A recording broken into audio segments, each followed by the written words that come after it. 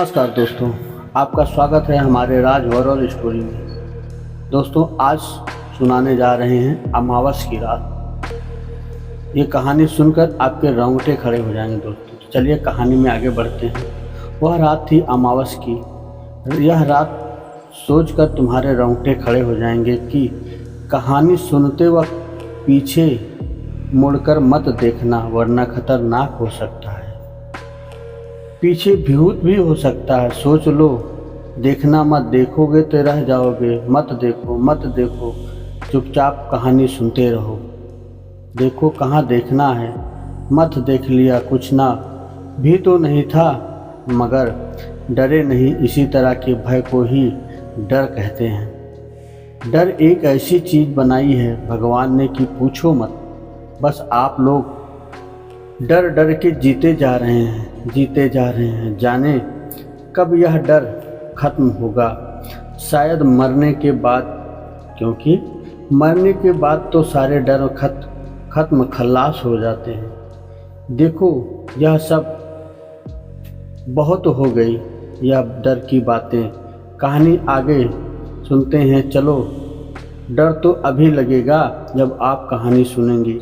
एक समय की बात है, आकालगढ़ में कभी भी अकाल नहीं पड़ा था।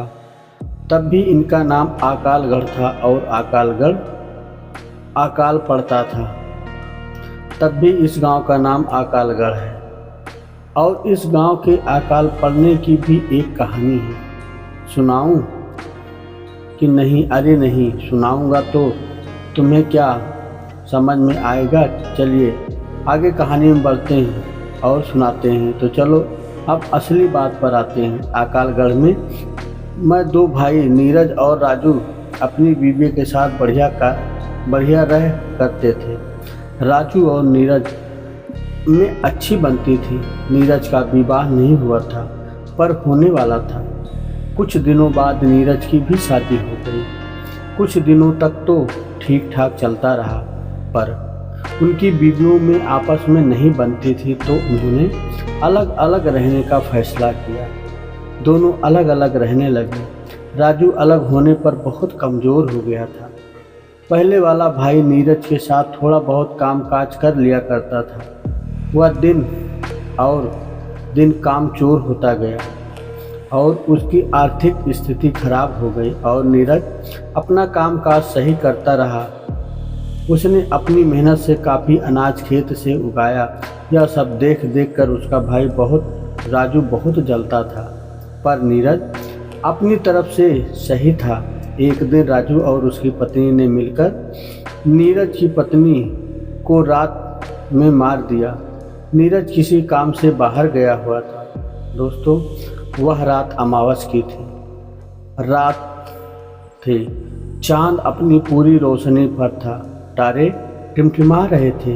रात बिल्कुल शांत थी। उन्होंने पहले उनके घर कूद कर पहले सारा अनाज चुरा लिया। जब नीरज की पत्नी को पता चला कि उसके अनाज की कोई चोरी कर रहा है, तब उसने उठकर देखा तो राजू और उसकी बीवी अनाज चुराने में लगे थे। तब नीरज की बीवी ने कहा कि आप यह क्या कर रहे हो, अपने ही घर में चोरी। यह सुनकर राजू और उसकी बीवी ने सोचा कि अगर इसने गांव वालों को बता दिया तो वो लोग हमें गांव से निकाल देंगे। इस डर के मारे उन्होंने अपनी पत्नी को मार डाला और दूर जंगल में गाड़ के आ गए। सुबह जब नीरज घर पहुंचा तो देखा कि उसका अनाज नहीं है। थोड़ा बहुत बचा था, वह बिखरा पड़ा था। जब उसने अपनी पत्नी को आवाज़ लगाई पर कोई जवाब नहीं आया। उसने सारे घर को छान डाला पर वो कहीं नहीं मिली। फिर उसने अपनी भाभी से पूछा कि मेरी बीवी कहाँ गई है। तो उसने हड़बड़ा के बोला, मुझे नहीं पता, कल शाम तक तो घर पर ही थी। इतना पूछकर उसने पड़ोसियों से पूछा तो किसी ने कहा पता नहीं, और किसी ने बताया शाम तक तो घर पर ही थी। वो बहुत घबरा गया और कुछ लोगों को बताया कि घर का सारा अनाज किसी ने चुरा लिया है और मेरी बीवी का भी पता नहीं कहाँ है वो। उसने घर जाके देखा तो उसे उन गेहूं में से एक चाकू मिला और कुछ खून भी पड़ा था। उसे सब कुछ समझ में आ गया कि किसी ने मार के अनाज सारा चुरा लिया है। तब उसने अपनी छत पर जाकर देखा तो उसे कुछ अनाज भी गिरा मिला। तो उसे अपने भाई राजू पर शक हुआ, पर नीरज वैसे भी अपने भाई राजू की बहुत इज्जत करता था, इसलिए उसने कुछ नहीं कहा। तब एक दिन राजू ने कहा कि तू अकेला मत रह, हमारे साथ ही आ जा, हम सब साथ ही रहेंगे। वह राजू को मना तो नहीं कर सकता था, इसलिए वह उसके साथ मन मार के रहने लगा। गांव के कुछ लोग उसकी बीवी को गंदी औरत कहने लगे और कहते थे कि सारा अनाज लेकर भाग गई। बेचारा नीरज अकेला रह गया, चुड़ैल कहीं की। यह सब बातें उसे सुनने को मिल रही थी। वह बेचारा क्या करता, अपने भाई को कुछ नहीं कह रहा सकता था। एक दिन की बात है, गांव के कुछ लोग जंगल में लकड़ी लेने गए थे। तो लकड़ी काट ही रहे थे, तब उन्हें किसी स्त्री के रोने की आवाज़ सुनाई दी। तो उन्होंने कहा कि इस जंगल में कौन रो रहा है, कहीं कोई रास्ता तो नहीं भटक गया है। तो वे लोग जिधर से आवाज़ आ रही थी उसी तरफ चल दिए। कुछ दूर चलकर उन्होंने देखा कि एक औरत एक पेड़ के नीचे बैठकर रो रही है। जब तक वो उसके पास पहुंचते वह गायब हो गई। उन लोगों ने जब इस तरह का दृश्य देखा तो वो घबरा गए, उनके तो पसीने छूटने लगे। तब एक आवाज़ आई कि अब तुम लोग कभी इस जंगल से लकड़ी नहीं काटोगे, और जो भी यहाँ लकड़ी काटने आएगा वो जिंदा वापस नहीं जाएगा। और तुम लोग मुझे चुड़ैल कहते हो ना, तो चुड़ैल सही, आज से तुम्हारे गांव में कभी पानी नहीं बरसेगा, तुम लोग भूखे मरोगे, यहाँ सिर्फ अकाल पड़ेगा, और अमावस्या की रात एक लाश तुम्हारे गांव में ज़रूर मिलेगी। जाओ तुम सब गांव वालों को जाकर बता दो, आज से 3 दिन बाद अमावस्या है। एक आदमी की मौत ज़रूर है, जिसने भी मुझे मारा है वो बचेगा नहीं। मेरा अनाज खा करके मुझे चुड़ैल कहते हो, गांव वालों मैं तुम्हें छोड़ूंगी नहीं। आज मैंने तुम्हें बख्श दिया, जाओ जाओ चले जाओ मेरे जंगल से, मुझे अकेला छोड़ दो, जाओ मुझे तैयारी करने दो, जाओ। और फिर रोने लगी। वे लोग डर गए, यह सब क्या था, स्त्री रोने का कारण क्या था। एक आदमी बोला, अरे वह क्या कह रही थी, तो कि मेरा अनाज चुरा लिया और मुझे मार दिया, इसका मतलब यह नीरज की बीवी थी जिसे किसी ने अनाज के लिए मार डाला और वह चुड़ैल बन गई है। तभी एकदम एक भयानक चेहरा उसके सामने आया, तुम लोग अभी तक नहीं गए, जाओ यहाँ से वरना मैं तुम्हें भी मार दूंगी। उनके तो होश उड़ गए, भागो भागो चुड़ैल चुड़ैल ऐसा कहते हुए वह गांव पहुँचे। सारे के सारे ऐसे हाँफ रहे थे, जिंदगी में इतना कभी भी नहीं भागे हों। गांव वालों ने इस तरह उन्हें भागते हुए देखा तो कहने लगे, क्या हुआ चुड़ैल चुड़ैल बके जा रहे हो, आगे भी कुछ बोलो। अरे तुम्हें बोलने की पड़ी है, हमारी जान पर बनी है। अरे पर क्या हुआ, तुम लोग इस तरह क्यों हाँफ रहे हो, बताते हैं, पहले सांस तो लेने दो। तब उन्होंने गांव वालों को बताया कि नीरज की बीवी चुड़ैल बन गई है और उसने हम सबसे कहा है कि मेरा अनाज किसी ने चुरा कर किसी ने उसे मार के जंगल में दफना दिया है, और वह कह रही थी कि अब तुम्हारे गांव में कभी पानी नहीं बरसेगा और हर अमावस्या को एक आदमी की मृत्यु होगी। जब तक उसकी आत्मा को शांति नहीं मिल जाएगी तब तक यूं लोगों को मारती रहेगी। एक आदमी ने पूछा, नीरज की बीवी को मारा किसने? कुछ लोगों ने कहा, पता नहीं, कोई तो है इस गांव में जिसने यह पाप किया है कि एक हिंदू औरत को दफना दिया, पर जिसने भी यह काम किया है उसकी वजह से सारा गांव मुसीबत में पड़ गया है। यह बात सुनकर राजू भी वहां पहुंच गया और सब बातें सुनकर उसके होश उड़ गए और वो घबरा सा गया और कहने लगा, वो चुड़ैल कोई और होगी, वह चुड़ैल नहीं बन सकती, वह तो अनाज लेकर भाग गई थी। कुछ लोग गांव वालों ने कहा, वह तो अमावस्या को ही पता चलेगा कि किसने उसकी हत्या की थी। चलो आने अपने घर पर जाओ सब लोग, जो होगा सो देखा जाएगा। राजू के चेहरे पर तो 12 ही बज गए थे और वह भागता हुआ अपनी बीवी के पास पहुंचा और बोला कि हम लोग अब नहीं बचेंगे। आज से 3 दिन के बाद अमावस्या को वो चुड़ैल हमें मार डालेगी। वो बोली, तुम पागल तो नहीं हो गई हो? तुम्हारी तबीयत तो सही है, क्या हो गया?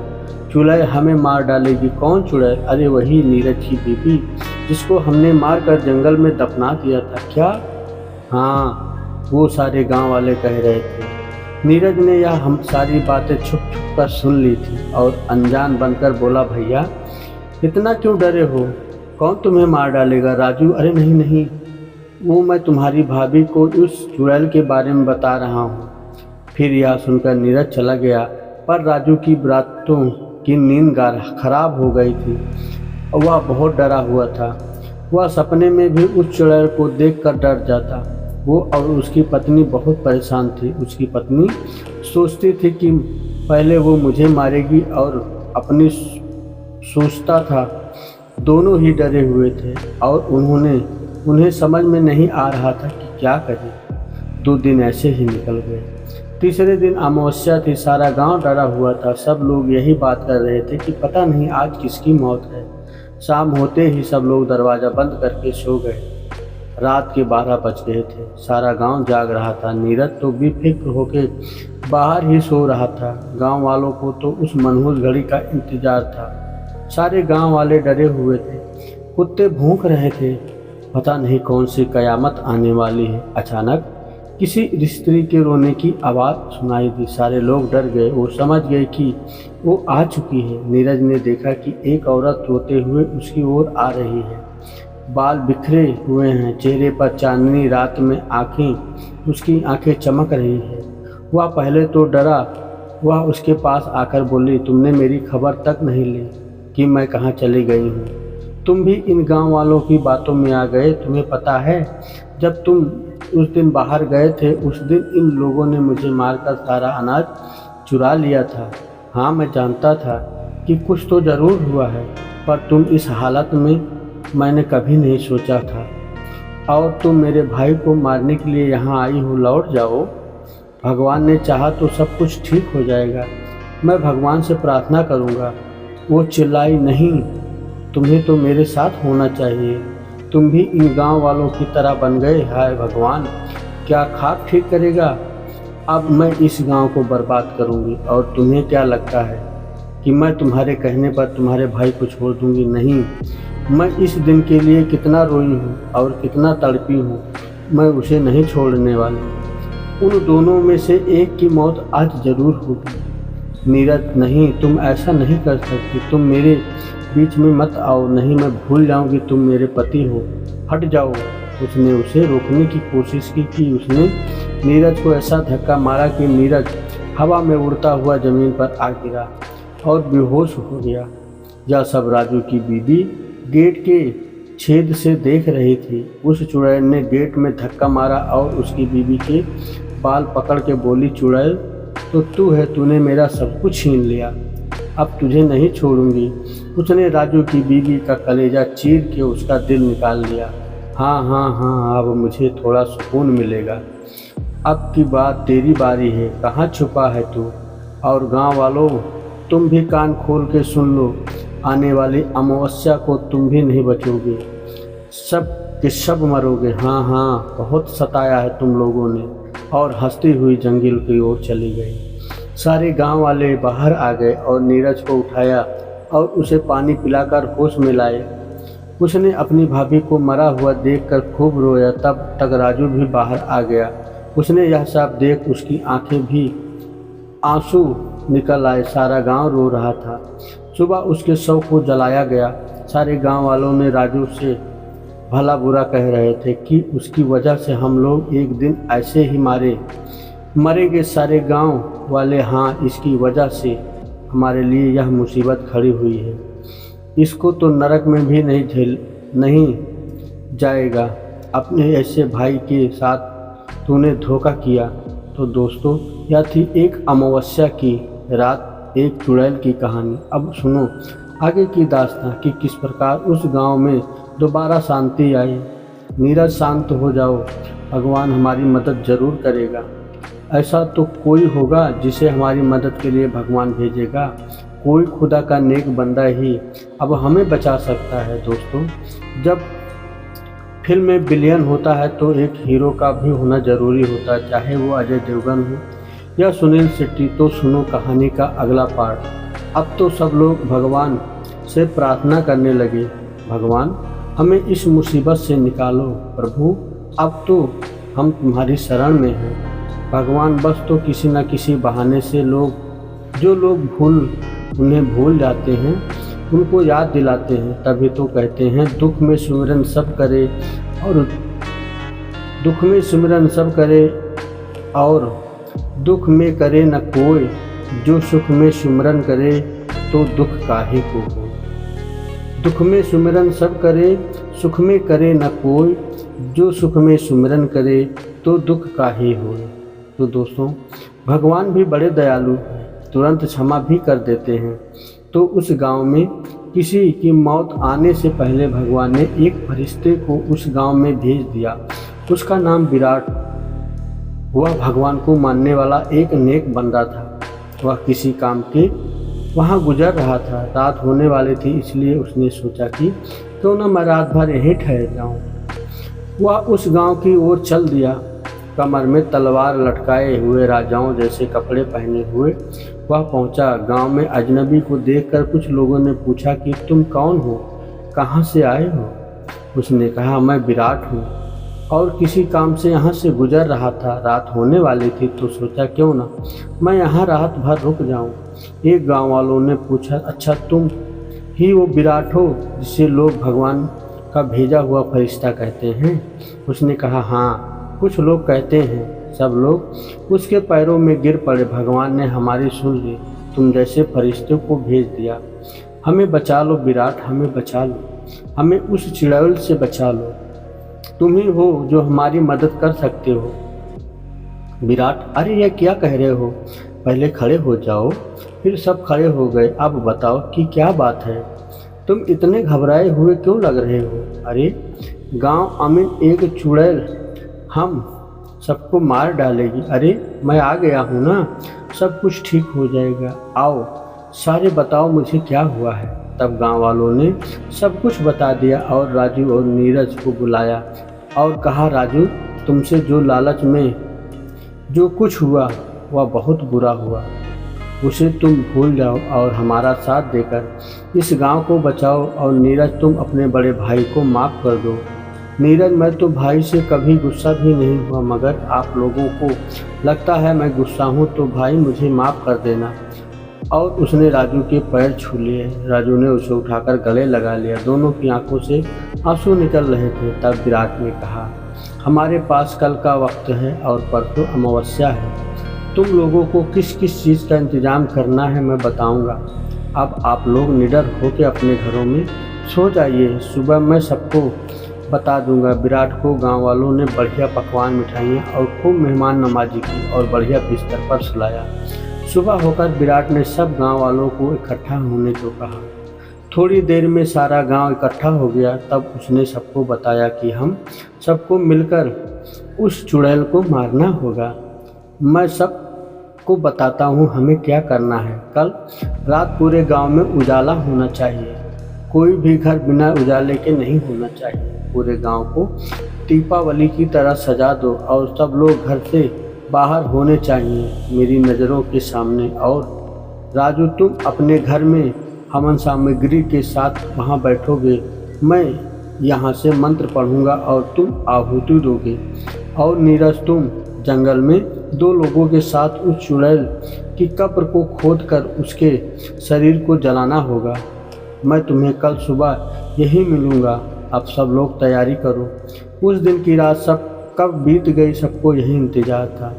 सुबह होते ही विराट ने सब गांव वालों को इकट्ठा किया और कहा तैयारी हो चुकी है। गांव वाले हाँ, हमने अपने घर में खूब सारे दीपक तैयार कर रख दिए हैं, सारी तैयारी हो गई है। शाम होते ही उसने नीरज से कहा तुम लोग लेकर 2 लोग को लेकर यहाँ अभिमंत्रित नींबू, यह तुम्हें वह कब्र कहाँ है यह बताएगा। या जहाँ भी लाल हो जाए वहीं उसकी कब्र है। और यह लो लहसुन की मालाएं अपने अपने गले में डाल लो, इससे तुम्हें छू भी नहीं पाएगी, चाहे वो कुछ भी कर ले। तुम डरना मत, किसी भी तरह तुमसे इस माला को उतारने की कोशिश करेगी, पर तुम यह गलती मत करना वरना वह तुम्हें मार देगी। अब तुम लोग जाओ, अपना ध्यान रखना। वो लोग फावड़े उठाकर जंगल की ओर चले। इधर उधर सब लोग इकट्ठा होकर बैठे उधर चुड़ैल का इंतजार कर रहे थे। उधर राजू अपना आसन लगाए हुए हवन पर बैठा।